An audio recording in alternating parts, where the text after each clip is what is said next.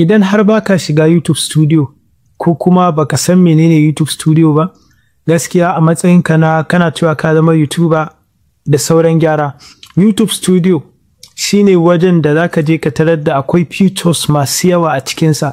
Akwai features ɗin da za su taimake ka a matsayinka na YouTuber, ko kuma duk wani sako da suka tura ma zaka ga anan suke fara bayyanawa. Akwai wajen da zaka ga jerin bidiyonka, akwai wajen da zaka ga asalin menu na komi da komi, za ga subscribers ɗinka, zaka ga komi. Akwai wajen da zaka je ka ɗauko music, sautuna kenan waɗanda babu copyright a cikinsu. A wajen zaka je ka ga abubuwan da suke bukata, matakan da suke bukata ka cike kafin su fara biyan ka. Kuma dai a wajen ne zaka je idan an ɗora wa bidiyon ka copyright, ka je ka ɗora bidiyon wani ko ka je ka ɗora music sauti wato na wani wakar wani, sai je sa copyright, a wajen zaka je ka sauya, ka je ka cire iya wannan wakar, ba sai ka goge wannan bidiyon ba. Sanin yadda YouTube Studio take da kuma yadda ake amfani da ita yana da muhimmanci. Za mu dinga yin bidiyo akai-akai waɗanda za su nuna yadda ake amfani da YouTube Studio, yadda ma ake zuwa a nemo shi, ka ajiye shi akan wayarka, kuma ka dinga shiga akai-akai.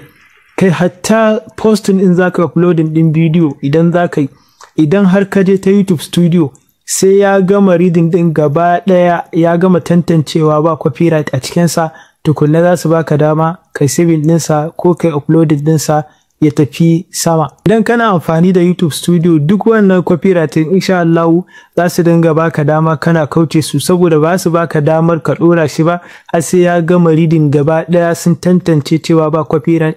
Kuma akwai wani end screen da ake dubawa wanda a ƙarshen bidiyon kan ya zo ƙarshe za ka ga a gefe an sa tallan wani bidiyon a gefe, ko saman ka ko tsakiyar bidiyon ko gefen dama ko gefen hagu, duka za ka iya zuwa ka je ka ɗora wannan bidiyon, shi suke cewa end screen. Ka kenan za su taimaka ma in kana da wani bidiyon da yake da alaka da wanda kai, za ka je ka ɗora shi a wannan wajen, yadda mutum yana gama kallon wannan zai tafi kai tsaye, zai ga wancan ya jawo ra'ayinsa ya tafi, ba sai ya tafi nema ba ko ba sai ya tafi wata channel ɗin ba.